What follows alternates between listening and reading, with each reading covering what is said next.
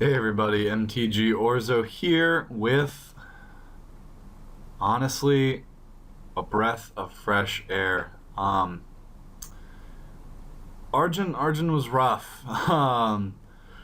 And as I was posting up the games, I was reading you guys' comments, and you guys were telling me stuff that I needed to do, and all I could think of in my head was, yes, I know, you guys are right, but I recorded all the videos in advance and just kind of put them up on a little schedule. So I was powerless to stop the train wreck as it was happening. However, I really like blue-red in EDH, and I wanted to give it a fair shake. So to that end, here we are. We are playing Mizzix of the Izmagnus, a legendary goblin wizard, 2/2 for 4, 2, a blue and a red, from Commander 15 in paper or the legendary cube prize packs online. And she says, whenever you cast an instant or sorcery spell with converted mana cost greater than the number of experience counters you have, you get an experience counter. And for those who don't know, an experience counter is something that's it's a counter that it's put on you, the player. Instant and sorcery spells you cast cost 1 less to cast for each experience counter you have. So this deck is, honestly, this deck is really fun. I mean, fair warning to anyone who wants to make this deck in real life or online. This is the most expensive deck that I've ever played with. In paper or otherwise. This deck is 100% creatureless, and you don't need creatures. This is the only creature you need, and sometimes you don't even need this one. So this, I really kind of wanted to do something special for when I hit about 100 subscribers, and by the time this goes up, it'll be a little more, but we hit it. I went out and I searched my heart, and I searched my wallet, and dug up that cash, and made this, honestly, fucking sweet deck. So we're gonna go through it. We're going to play some games. You know how this is. This is the we're back to a normal schedule of gauntlets. So Mizzix will be the only deck I upload for a couple days, like a week and a half or something like that, maybe 2 weeks. So with that being said, let's get into it. So let's talk about lands. So the lands in this deck aren't very important. I did go out and rebuy, because I had at one point all of the Khans of Tarkir fetches, because I am using this card that I hate. I am using Sensei's Divining Top, but I'm also running a more reasonable card in Brainstorm. So all of those interact very favorably with Polluted Delta, and it's important for me to get islands, basic islands, or cards with the type island because of this card, High Tide. So this is a High Tide Storm list for Mizzix. It revolves around, casting High Tide a bunch of times, getting it back with cards like Mystic Retrieval, Past in Flames, casting cards like, where are they? Turnabout to untap all your lands, Time Spiral to untap all your lands, and that other one, the 3-mana Frantic Search. Generate a bunch of mana, win through storm cards like Ignite Memories is our storm win condition card. A lot of people might think Mind's Desire is, but Mind's Desire is really just the like an enabler. Ignite Memories is our storm card of choice because I think it's a little more reasonable than trying to get a storm of 40 and killing someone with Grape Shot, or having to untap, or having to pass the turn and hope that you can untap with a Empty the Warrens, and we're not in black, so we can't run Tendrils of Agony. Brain Freeze is a card that I considered for the deck, but again, that's a lot of storm to generate when, if they have like a land, a 3, and a 5-drop in their hand, this will consistently kill them at like 12 storm. But we usually just generate a bunch of mana and win with cards like Devil's Play or Banefire. Banefire because it is uncounterable if X is 5 or more, and Devil's Play because it has flashback. So if it ends up in your graveyard, if you need to break it up over 2 turns, Devil's Play really helps you out in that way. So let's go back to talking about lands, because lands are so fun. So this deck runs the lowest land count of any deck I have ever played. Like, even when I was new to Commander and really shitty at making decks, I always ran more than 33 lands. Lands that are important, I guess Academy Ruins gets back artifact cards. Usually it's just for getting back, like, you can let them kill a Divining Top instead of, like, losing tempo by putting it on top of your library. You can get it back later if you need it. Helm of Awakening is just basically one artifact experience counter for Mizzix. You're not wanting to get like a pedal back or something like that. That doesn't seem very good. Like, it's a card that could easily be replaced with a basic island or even a mountain, because if you'll see, I am running 3 mountains. 1, 2, 3. Mountains are not very important to this deck. Red mana is like, I have early mana like double reds, like I have Fork, Increasing Vengeance, and Reiterate. But by the time I'm casting those for value, I already have enough mana to where it's not a big deal or very important. So way more important to have islands for High Tide and all the massive amount of blue cards I have. So Ancient Tomb is fast mana. Ancient Tomb plus a Mox Diamond or Lotus Petal Chromox is a turn 1 Mizzix, which is supremely fun. Bloodstained Mire fetches Volcanic Island, fetches Sulphur Falls, and I guess if I'm out of those, it does fetch a mountain. And if I'm out of those, it is still a free shuffle effect. Command Beacon, the new kind of command land from whatever it's called, Commander 15. You can add 1 to your mana pool, or you can sacrifice it and put your commander into your hand from the command zone. So this is really good because Mizzix, hopefully the other player won't kill this card, but if they're good at Magic, they'll kill this card. You can even kind of get them to waste turns by playing this when you have just easily enough gas to do it by yourself, like without Mizzix. Mizzix, like if you get Mizzix, there are just turns when you know if you untap with Mizzix, you're going to win that turn. But that can all be done without Mizzix. So you can use her to bait people into spending early turns dealing with her and then just combo out. But no, she really does make a lot of the deck better, so I would prefer her to be out. Command Tower, so I'm running the 2 artifact lands in this color, Great Furnace and Suit of the Synod. I don't have Tezzeret in here. He was in an earlier build and I took him out because it was just kind of another card that I didn't need. But these are in here for the sole reason that they are pitchable to what's it called? Thirst for Knowledge. It means I can play it as an instant speed, Compulsive Research, which, if you've watched my other videos, is my very favoritist blue card draw spell in the game. I just think it's really well put together. Islands, basic islands, a shit ton of basic islands. I think like 16, and then 3 basic lands, or 3 basic mountains, whatever, fuck islands. Dual lands, Shivan Reef, Pain Land, Steam Vents is our Shock Land, Sulphur Falls is our Check Land, Temple of Epiphany is our Scry Land, Volcanic Island is our Dual Land. Alright, let's get on to actual fun cards that aren't lands. 0 mana. So, you'll notice that I have a lot more of these cards than I normally do. Normally, I just have a Mana Crypt or maybe an Ancestral Visions. This deck, however, runs Chromox, its brother, Mox Diamond. It also runs Lotus Petal, and then the big daddy of them all, the Black Lotus of the format, Lion's Eye Diamond.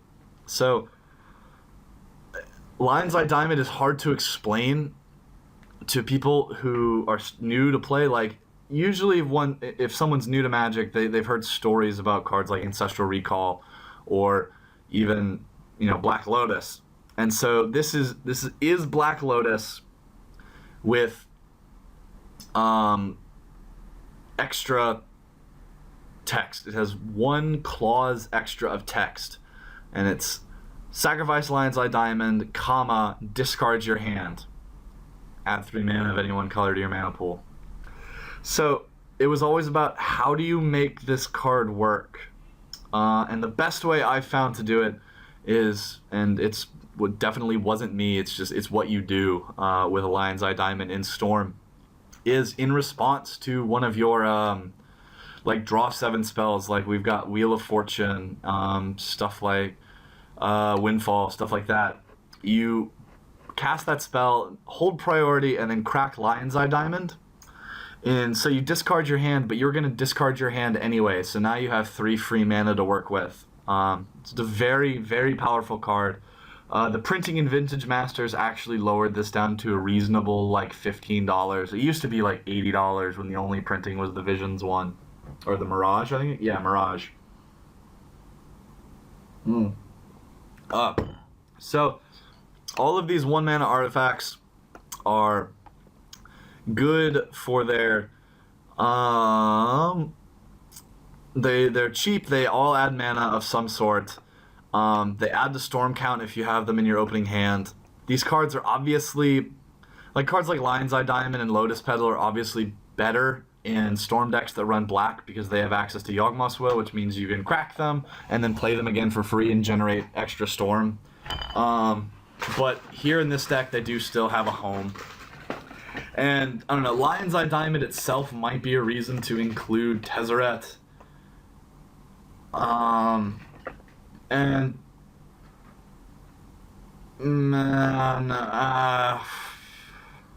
Tezzeret's just not what I want to be doing. Okay, I'm not going to put him in. But these are all very good cards. Very powerful, good cards. 1 mana. So, look at all this 1 mana nonsense going on. So let's go over boring cards first, like Mana Vault and Soul Ring and Sensei's Divining Top. You know what all of those cards do. I'm not going to talk about 1 mana artifacts that warp the game. So let's go on to more interesting cards. Cataxian Probe.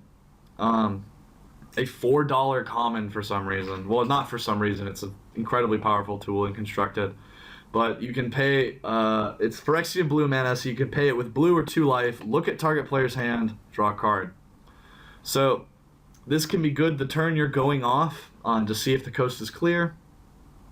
Or it can just be even used to just cantrip early and, kind of see what you're up against. You very rarely cast it for blue. 2 life is so unimportant in this format that this card's just powerful. You cast Cataxian Probe, for just a little bit of card, or not card advantage, but it means we're running a 98 card deck. Basically, it's a free draw. But then when you have Past in Flames, this is just another free storm counter. Brainstorm, Ancestral Recall with a slight downside mitigated by fetch lands. 1 mana instants are very important with Mizzix out because oftentimes, if your hand's good, you're going to want to hold on to stuff like Ponder and Preordain because it's a cheap way to get 1 experience counter, and if you don't get 1 experience counter with your 1 mana spells, then they never will give you more experience. But cards like Brainstorm, cards like Whisperers of the Muse, Mystical Tutor, can all be cast in response to your own sorcery 1 mana instant or sorcery, like Ponder or Preordain or something like that. And because of the way this is worded, so let's say you cast Ponder, trigger is on the stack, Mizzix trigger is on the stack. In response to the trigger, you can cast Brainstorm, and then another Mizzix trigger will happen, and we'll check to see how many experience counters, because the trigger if the trigger happens, you get the experience counter. So going up to 1 experience counter doesn't negate the experience counter you're going to get from Ponder or Preordain. And chaining those 1 mana instants and sorceries is a really great way to build up a surprise early amount of experience counters that can really take over the game. Important cards include High Tide as just one of our win condition engines, just a very powerful card. It means until end of turn, whenever a player taps an island for mana, that player adds a blue to his or her mana pool. So this card, copied with cards like Fork, Increasing Vengeance, Reiterate, Past in Flames, stuff like that, can really just get the mana going for a lethal Banefire or Devil's Play. Fun cards that go great in this deck that aren't very good otherwise, Mystical, well, no, not Mystical Tutor. We'll just talk about Mystical Tutor then. This card's insane. This card's just good. 1 blue instant to get any instant or sorcery and put it on top of your deck. Fucking sign me up. But Mystic Speculation is a 1 mana sorcery from Future Sight with buyback 2, so you pay an additional 2 and you get it back instead of putting it in the graveyard. And it's just scry 3. So if you have 2 experience counters on Mizzix, so here's how Mizzix interacts with buyback. Buyback is an additional cost to a spell. So it is not counted for converted mana cost. So this card always has a converted mana cost of 1. If you pay 3 mana for this, it's still converted mana cost is 1, but the additional cost can be reduced by the number of experience counters you have, which is important for the buyback spells we have. I think we have 4, we have 4 in here. Not as many as other lists I've seen are running, but we're going for more of the storm and less of the spell slinging. So this card, once you have 2 experience counters, is 1 mana, scry 3. So it becomes better than Sensei's Divining Top, in my opinion, at 2 experience counters, which is insanely good. And you know, sometimes scrying 3 can be better than drawing 1. So this is Whispers of the Muse. It's 1 mana with buyback 5 to draw a card. So if you have 5 experience counters, this turns into 1 mana draw a card, 1 mana draw a card, 1 mana draw a card, add a storm, 1 mana draw a card. If you have a lot of blue mana and are trying to get storm for an Ignite Memories, this card is better than every other X spell in the game if you have, you know, Mizzix. So that's just fun to use. What other blue stuff do we got? I haven't talked about. So our 1 mana counters, we have Flusterstorm. Counter target instant or sorcery unless his controller pays 1. So on the turn we're going off, or if we're facing other storm decks, then this deck kind of really shuts it down. Or this card's good. And it just does what you need it to do. Similarly, Swan Song is great for targeting those wraths or spot removals that try to remove Mizzix or interrupt you. It's just 1 mana, hard counter to anything we care about. It gives them a worthless 2/2.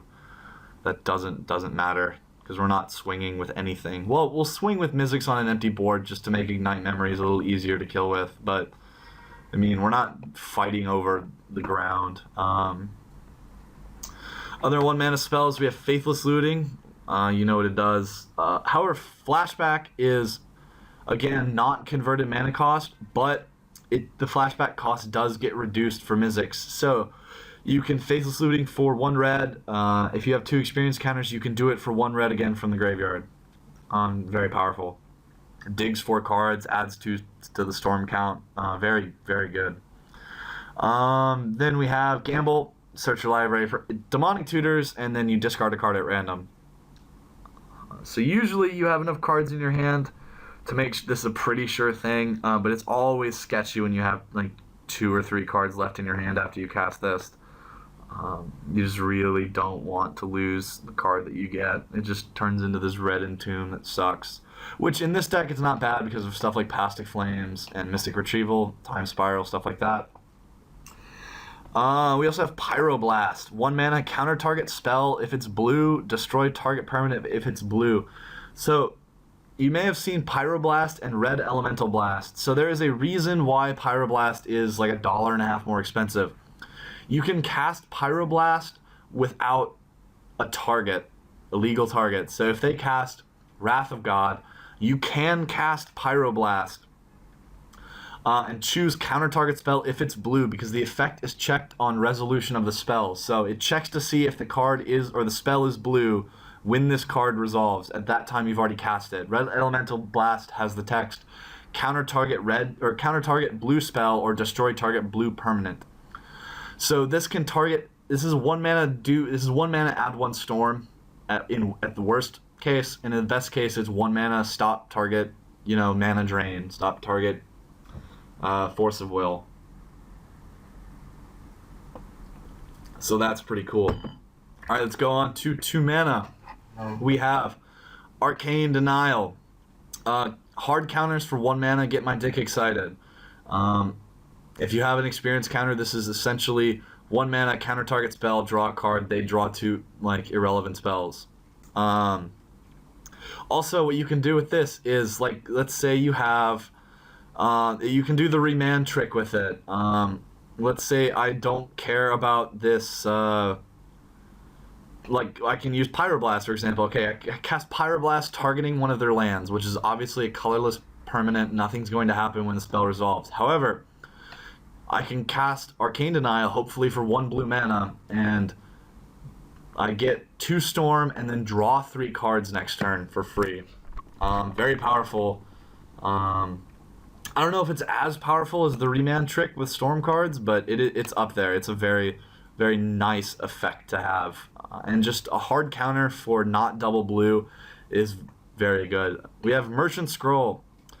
Search your library for a blue instant, reveal it, put it into your hand, shuffle your library. This card almost always goes to get High Tide or Mana Drain, because both of those cards are insane and are blue instants.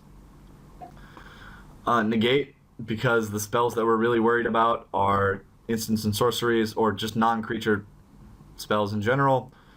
Remand, so the same thing I was talking about with what it was called, Arcane Denial, you can do with remand. So let's say you cast Ignite Memories for 7. Storm count is at 7. You can remand the original copy, so the one that's not a Storm copy, draw a card, add a Storm. You get 1 of your Ignite Memories countered, so there's 6 on the stack instead of 7. When that resolves, you can cast this, and now your Storm count is double. So, or not double, but it has 2 extra. So it's a very powerful trick with lots of cards, actually. Like remanding your own spells is oftentimes more preferable to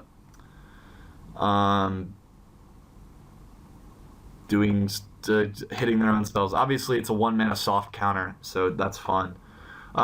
We have counterspell. Obviously, it doesn't get lowered by Mizzix, so that's whatever.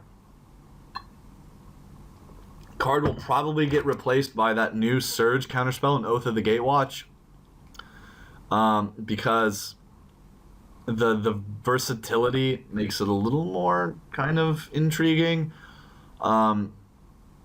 No, it's probably not. This card's just better. What am I talking about? We have Mana Drain, strictly better counterspell now that Mana Burn is no longer a thing. Counter target spell at the beginning of your next main phase, add X colorless to your mana pool, where X is that spell's converted mana cost.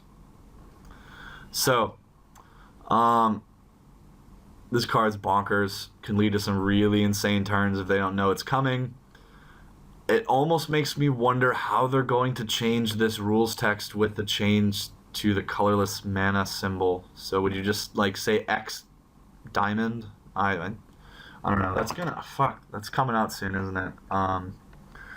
Muddle the Mixture gets any one of our 2 mana spells. Great for getting stuff like Fork, Increasing Vengeance, Recoup, stuff like that. And then it's also just a counter spell, so it's a playable transmute card. We have Recoup. 1 in a red. Target sorcery in your graveyard gains flashback until end of turn. Flashback equal to its mana cost, and it has flashback as well. So this card works very nicely with our extra turn suite.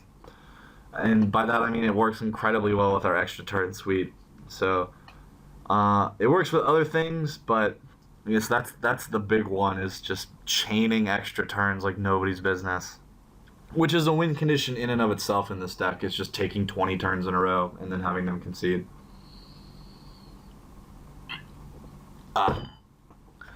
Next up, we have Fork.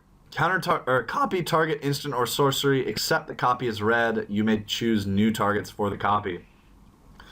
So this is great to copy your stuff like I don't know. What about extra turn cards? What about I don't know, High Tide? What about Gamble? Like these cards are insane.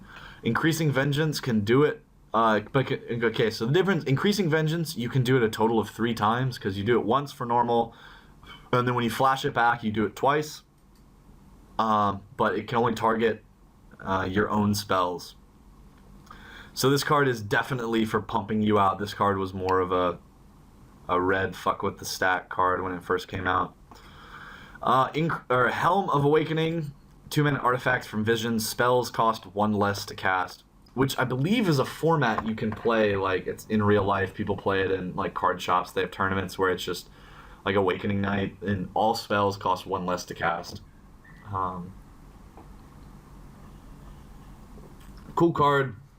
It has neat like interactions against like stacks, so it brings stuff back to variety. But Izmagnus Signet is boring, and I kind of stopped talking about this, but I want to move on. Magic Online is going to close soon. So 3 drops. We have Compulsive Research, Frantic Search, and Thirst for Knowledge as our draw 3s. Well, I guess Frantic Search doesn't count, but Compulsive Research and Thirst for Knowledge are a draw 3 for 3 with a discard clause. Very, very nice to do for 1 mana.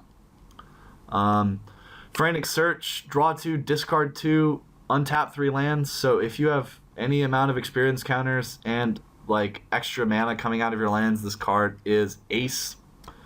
We have Intuition, one of the cards I'm still learning how to play. So you search your library for 3 cards and reveal them.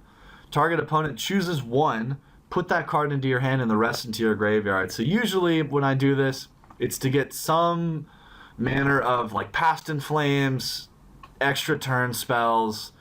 Sometimes it's Factor Fiction or Mystic Retrieval, but you really just want to play Intuition as either like a weird Gifts Ungiven in a Reanimator style deck, or you want to be doing like just you want to always make sure you have the card you want. Also, if you play against me, always put Past in Flames into the graveyard. Don't let me have this twice. We've got... Hold on, guys. This is the very first piece of Power 9 I've ever casted in my life. Time Twister. 2 and a blue. Sorcery. Like, super mythic rare. I don't know what they actually call it, but it appears before promos in rarity on... If you sort by rarity, which is how I default my search... Or my collection as I default by rarity. This is a piece of Power 9 reprinted in Vintage Masters. It is the only piece of Power 9 legal in EDH. And thanks, I guess. This card's insane. This card's busted.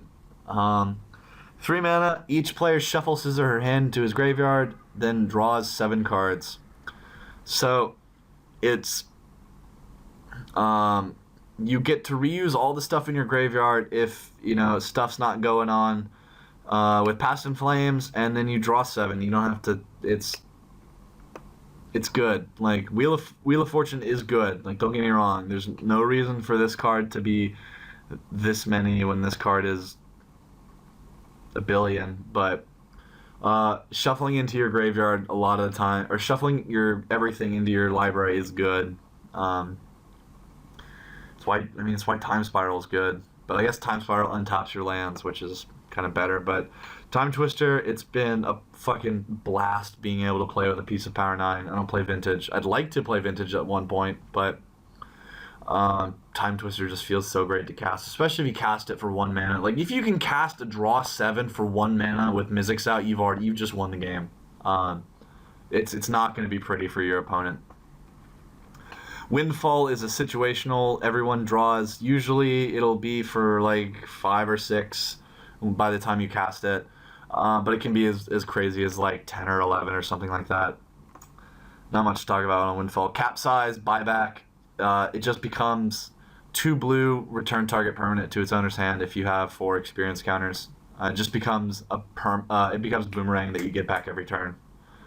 So it just becomes a fucking nightmare. It's also kind of a win condition with a lot of mana and 4 experience counters. You just return all their stuff and they can't do anything.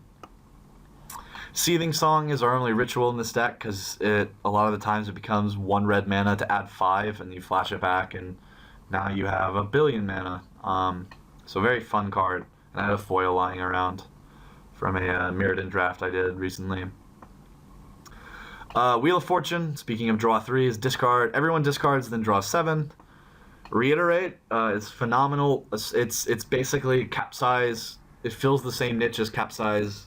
That didn't make any sense. What I'm saying is it's a 3 mana instant with Buyback 3. So if you have 4 experience counters, you get to keep doing this for what's it called? 2 red. But it just says copy target instant or sorcery. You may choose new targets for that copy. If you have 4 experience counters, this and an extra turn spell, you have infinite turns. Which is, and again, another win condition in its own. This card is very powerful. Recently saw a buyout in paper, but the online price was not affected. Thanks, Moto. Next up, we have Dak Faden, our Planeswalker of choice because he loots and then gains control of target Soul Ring.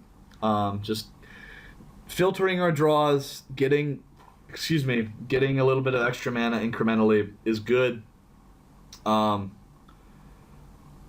he honestly could make the cut. Like if this was a French deck, I wouldn't play Dak because there's no Soul Rings or mana vaults or mana crypts rather, or vaults actually. So it's less good. Like being able to filter your draws every turn is good, but I don't know if it's better than Jace if I had to run a Planeswalker. 4 mana Tezzeret's Gambit. So Tezzeret's Gambit is 3 and Phyrexian blue, which means in this deck it is free. You cast it for 2 life, and if you have 4 experience counters, you just cast it for 2 life. Draw 2 cards, proliferate. So proliferate, if you watch my Azuri videos, does interact with experience counters. Basically what that says is this card says if you have less than 4 experience counters, add an experience counter, draw 2 cards, then add another experience counter. And maybe add a counter to Dak Faden. This card is good, especially if you get that. This is like the draw spell. This is better than Gush in this deck at 3 at 3 experience counters. This card is better than Gush. Draw 2, guarantee an experience counter. And then sometimes even draw 2, get 2 experience counters. Just a phenomenal card. Fact or Fiction is the best blue draw spell in the game, in my opinion, that I can play. And getting to Fact or Fiction for 1 blue mana at instant speed sounds pretty nice, so I'll take it. Mystic Retrieval, the fucking linchpin of this deck. Return target instant or sorcery from your graveyard to your hand, and then has flashback. So you get a spell 3 times. So if you have a bunch of experience counters and extra turns, you can just guarantee 3 turns out of this card. This card's insane. You get back you have 3 copies of High Tide now. Phenomenal. You did it. You get another draw 7. This one is the one that plays a little bit nicer with what's it called? Wheel of Fortune than it does with Time Twister, because then you can just flash it back when you need it. And this card is important because it does not give the chosen card flashback. It actively returns it to your hand for more graveyard shenanigans. Alright, excuse me. I gotta attend to business. Alright, moving on. We just did that one. Fuel for the Cause is a 4 mana instant counter target spell, Proliferate. So at 2 experience counters, this becomes counterspell, guarantee an experience counter. This is just because I like the idea of this card. It could easily come out like when I get around to buying a Force of Will. That's where Force of Will is going in Fuel for the Cause's slot. Turnabout is just an insane card. Think of anything you want to do in Magic, this card probably does it. It does everything but draw you a bunch of cards and win you the game immediately. It just enables you to draw a bunch of cards and win the game in 10 minutes when your turn's still going on. So this card, you choose artifact, creature, or land.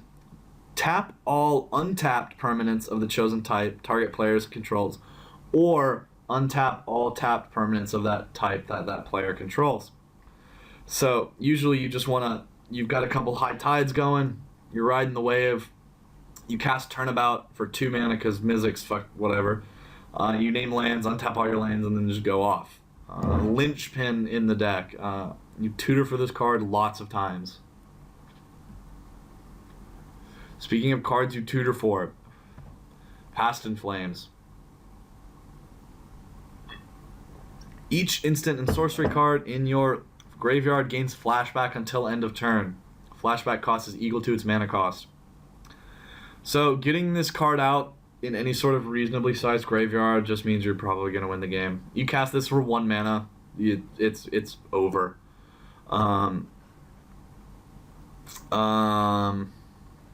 Yeah, that's about it. This card's insane. What I think I'm going to do is I think I'm going to run a solitaire match to show you some of the interactions with Mizzix. And so like cards like Past in Flames will make themselves evident. We have Gush, Vintage All-Star, draw 2. You can draw 2 for 1 or for free if you return 2 islands. Usually it's better to just cast it for 1, but if you're going off, then drawing 2 for free is fun. And it looks gorgeous in foil. Alright, now we get to our extra turn suite. Capture of Jingjiao, take an extra turn. Temporal Mass or Manipulation, take an extra turn. Time Warp, take an extra turn. Basically, if you have 3 experience counters, these are Time Walk. These are 2 mana, take an extra turn. If you have ways to buy them back, you win the game.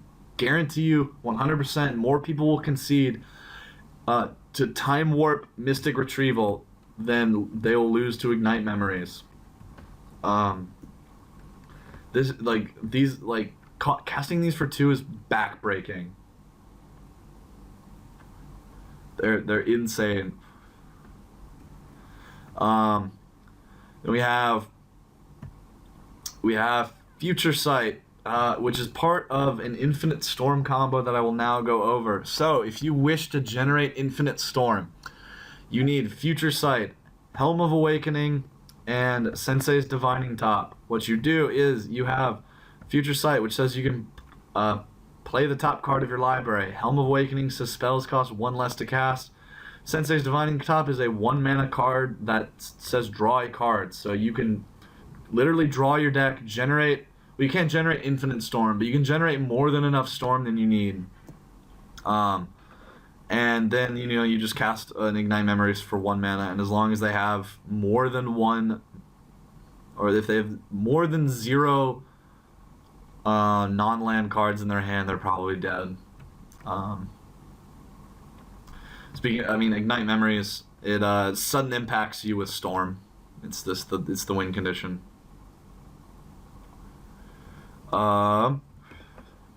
6 mana, we're moving on to some crazy stuff. Mind's Desire is our other Storm card. This is a enabler. This keeps the chain going. Shuffle your library, then exile the top card of your library. Until end of turn, you may pay it for free. You may play it for free, rather. So this card's busted insane. You cast this with 15 Storm, they will concede, because you just get, on average, you get 6 or 7 just free spells. And all of those spells count for more Storm. So remanding your Mind's Desire is sexy.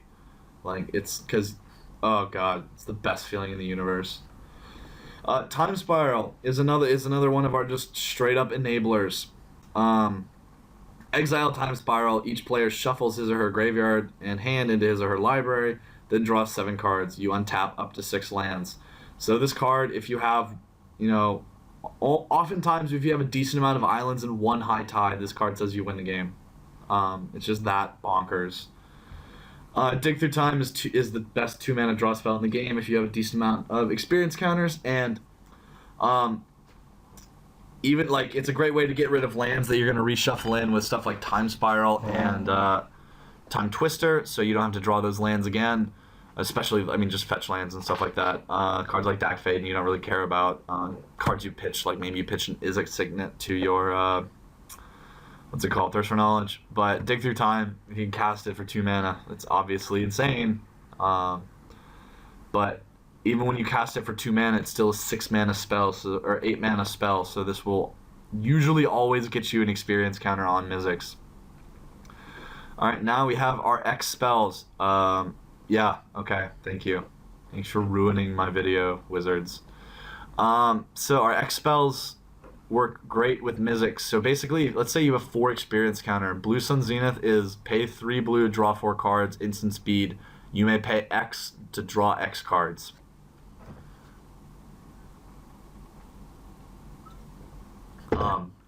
She interacts very nicely with X spells. So our primary consistent win conditions, because Ignite Memories can fail and it fucking sucks when it happens. So I'd rather just hit someone with an uncounterable Banefire for 50 and then just die.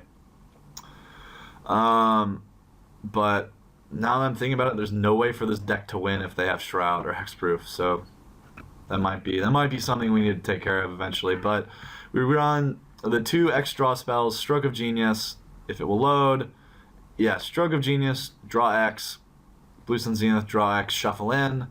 And then Reality Spasm can buy you turns. It can be like 2 mana, tap 4 permanents, or untap a bunch of your lands, which is insane. And then, Devil's Play is flashback. Banefire is uncounterable if X is greater than 5. Time Stretch, if you can cast this for anywhere near 2 mana, is insane. This is wins you the game. I feel like a lot of those cards do that. Then we have Enter the Infinite, which is a card I've never cast. I'm not sure if I want it in the deck, but it could just read 4 mana, draw every card in your deck, and win. So I'm willing to play it just to have that happen. So that's the deck, everybody. I think I am gonna do like a good show of what Mizzix can do in Storm before I start actually playing people, just to give you an idea if you haven't seen Storm in action, or if you're curious to see how it works in EDH, where you can't run 4 copies of Ponder, Preordain, and Brainstorm. And maybe you haven't seen Storm without Ad Nauseam or Tendrils of Agony, so take a look out for that video. That's probably going to go up alongside this video. So I apologize sincerely for Origin. I'm not burnt out on the game. I love Magic more than I ever have. And I love you guys. So peace out.